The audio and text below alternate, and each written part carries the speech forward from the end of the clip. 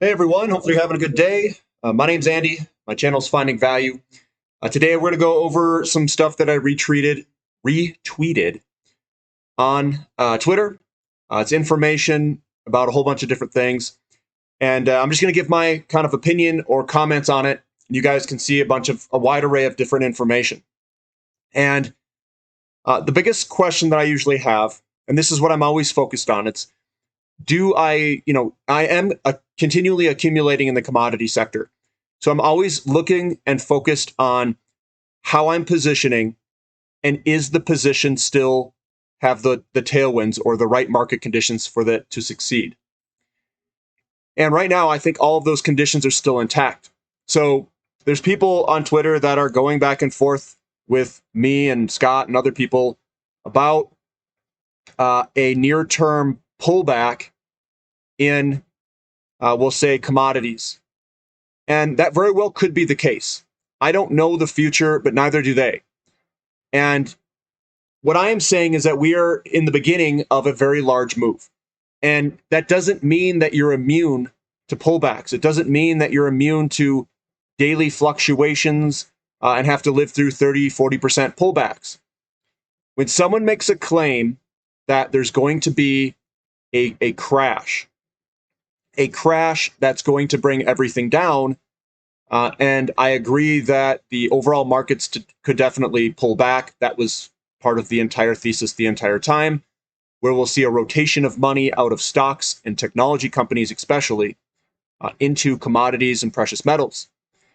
This thing takes time. It's slow. It's not fast moving. It's nothing that somebody's going to say predict in 3 months. It takes years and months, not weeks and months. So if someone says and asks me, what is your position if you've got a strong housing market and we have the potential of rate tightening that could send stocks lower? My answer is no, because I believe that the driver of the inflation is the housing starts, and the housing starts are still doing very well. So I'm not going to lose a position because someone is afraid or is trying to make me afraid. Or even if they're right, even if you get a pullback, they're still not right to give up your position because you don't know the future. And especially with a housing market that is still robust, that still has years to go before a collapse. So I'm not giving up my position, and to take the opposite stance to try to time a 20 or 40% pullback when you have a very low ratio and opportunity to the upside. We're talking 10 baggers and 20 baggers in some of these sectors. It just doesn't make sense to me to get out of a trade or an investment based off of the risk rewards. So I'm going to go through some of this. I just wanted to kind of say that. Here we go. This is Lynn Alden. It says, in the 1970s, U.S. oil production hit a multi-decade peak. That was the peak oil that we hit in the 70s. This constraint was a key supply-side contributor to inflation. In the 2020s decade, OPEC may be hitting its peak. Yeah, that's worldwide. We're hitting the peak worldwide. And it's not even OPEC. OPEC may be at its full pumping capacity, but it's other countries that cannot increase production as well. So it's a combination of the entire world hitting its peak. And that is when things will go crazy. Yes. Coming on down, I talked about my largest mistake in early investing was listening to other people. I realized how wrong most of these experts have it. They are more or less no different than regular people with opinions. Very few actually get down into the data and understand it. And then it says, now, if you find someone who's figured out the system well, lock onto them and make them your mentor as soon as possible, because learning the system well will be the best training you will receive in finance. I completely agree with that. That's for sure. There's a on my Twitter website, there's someone who wrote the big long a deep dive on U.S. housing, and they go into the affordability and how the affordability really isn't that bad, even at 6.5% interest rates. This is at affordability at 5.5%, and only a few areas, mostly in California, New York, Hawaii, California, are actually at the 30% threshold mark. The majority is actually below it at 5.5% mortgage rates. So the affordability, and I don't even care, I think affordability has to get far worse if the demographic is this far out of balance, which it is. It is. Here's Lawrence McDonald. He says, over 40% of all dollars ever created were done so in 2020 to 2021. Federal Reserve United States money supply, M2, 21.8 trillion, 15.4. You take that math, it's 41%. So inflation is coming from the increase in the M2 money supply. There's the increase right there. Coming on down, energy percent of the S&P 500 market capitalization. In 2021, it was 3-4%. 2020 was 2%. And 2006 to 2012, it was 12 to 16%. What this is saying, during the last commodity bull cycle, that money was the capitalization of the S&P 500 was 12 to 16%. We're at 3 to 4%. That at least in 2021. That is not a large amount of money. And if you look, we've got this nice chart here that looks like it's bottoming and ready to break out to the upside. That is energy XLE. Nice good volume spikes too coming up. It looks like Indian imports were very strong in April. 5.1 million barrels per day. Indians imported the highest volume of crude ever in its history in April 2022. And there's the 5.1 coming on up. So the increase in oil prices have not slowed down the demand for crude in India. One of the places where it's coming into its S curve for consumption. And you're going to see this continually step higher and higher and higher. I put some videos on my Twitter, what was coming in the stock markets and increasing rates, released 11/14/2020. On what I was saying back then holds true today. I was talking about inflation and the rotation of money from technology into commodities, and that oil prices were going to be spiking. Here's another one. This was November 2nd, 2020. I call for an oil super spike in this clip and the commodities boom. In this commodities boom that I called, or the oil spike, I said something between like $250 and $1,000 a barrel, depending on what the spike looks like and how bad it gets. I don't know what the inflation rate, I don't know exactly the timing of it, but yeah, it's going to be going higher. Rod Adams, this guy, I don't know who he is. I just retweeted, but what he said is cool. It says, during an energy crisis, where will we find fuel needed to produce massive quantities of steel, concrete, copper, purified silicon, glass, aluminum, etc., that are required for a rapid build-out of renewable energy sources? How much will it cost? And people need to start thinking about the cost. It's not cost in dollars anymore. It's going to be cost in energy returns. How much energy is this going to cost?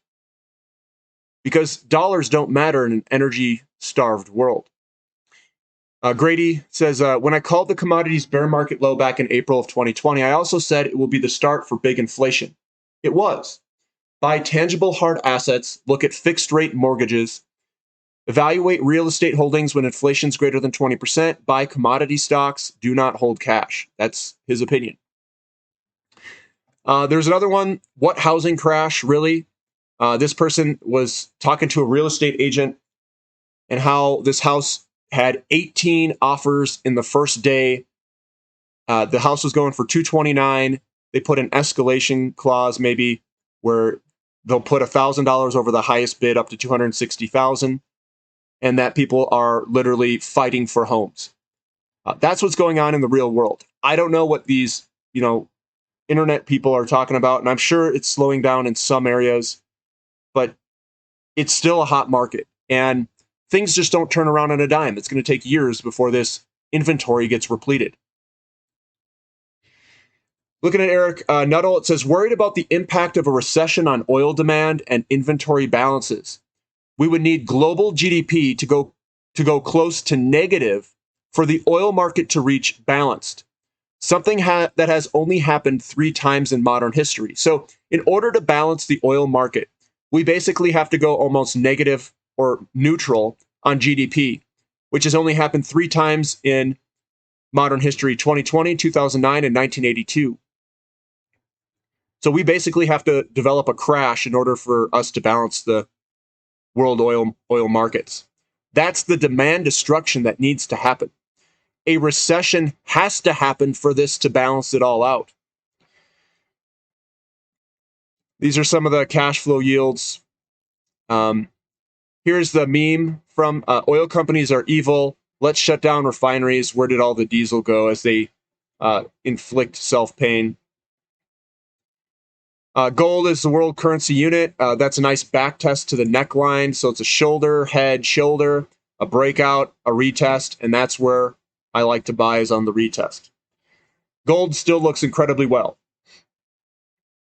What an inflationary regime. After 2 years of incredibly strong correlation, commodities are now decoupling from the NASDAQ.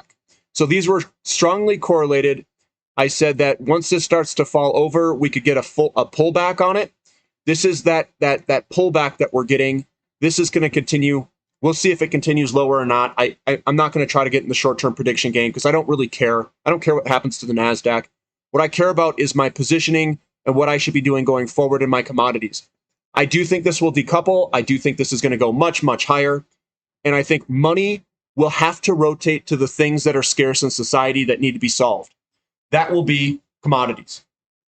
Commodities, precious metals will be what protects you from weakening currencies and weakening stock markets around the world.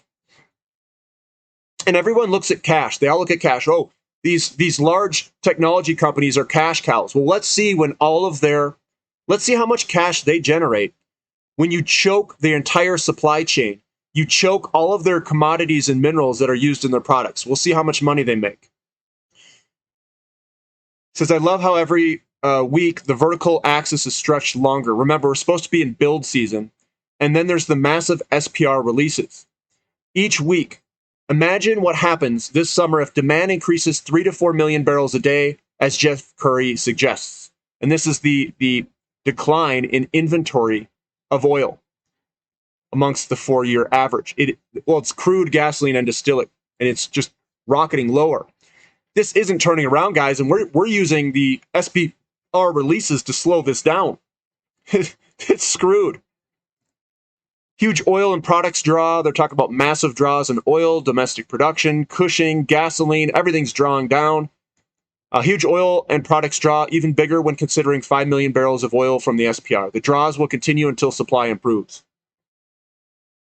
I don't see supply improving very soon. This could be years. Looking at, we're going to need more copper in the next 20 years than we have used in the past 130. There's the demand-supply gap that's coming. All you have to do is get in some copper and sit in it. That's all you have to do. You just sit in it. You don't have to be trading in and out. You don't have to worry about the short term. You have to look at these demand-supply gaps that are out there for all these different commodities. You take some positions in some great companies and you just sit in it. You don't do anything. You don't do anything. And this is me posting the CRB to S&P 500. We are still very much in an uptrend. And we could have a pullback, guys. We could have pullbacks like this all the time. Doesn't matter. If we pull back, it's okay. Doesn't mean that the party's over. So, I mean, that's what I've got right now, guys. That's what I wanted to share. Go through some of this. But I'm just sitting in these companies. I'm positioned, and the housing market is still strong. That's our liquidity coming into the system. As long as that is strong, I am going to remain long. The housing starts being elevated. Doesn't mean that you have to have housing starts go straight up. They're going to bounce around. One data point that goes down doesn't make it a trend. I'm looking for trends. So that's what I've got for today. If you guys like the content, give me a thumbs up. Subscribe to the channel. Subscribe to the Platinum membership in the description link below, my website. If you guys want to learn more, I will be doing a technical analysis training session on Elliott waves. And again, guys, I'm not an expert on what Elliott waves, but it will get you at least used to seeing certain waves and patterns in the charts. And maybe it'll give you a little bit more confidence. I don't really trade in and out at all. I just buy when it's super low, continue to add in on what I think are good buy points. I try my best. That's all I do. All these people who think they can predict the short term, I don't know. I don't think so. But That's what I've got for today, and we'll catch you next time. This is Finding Value.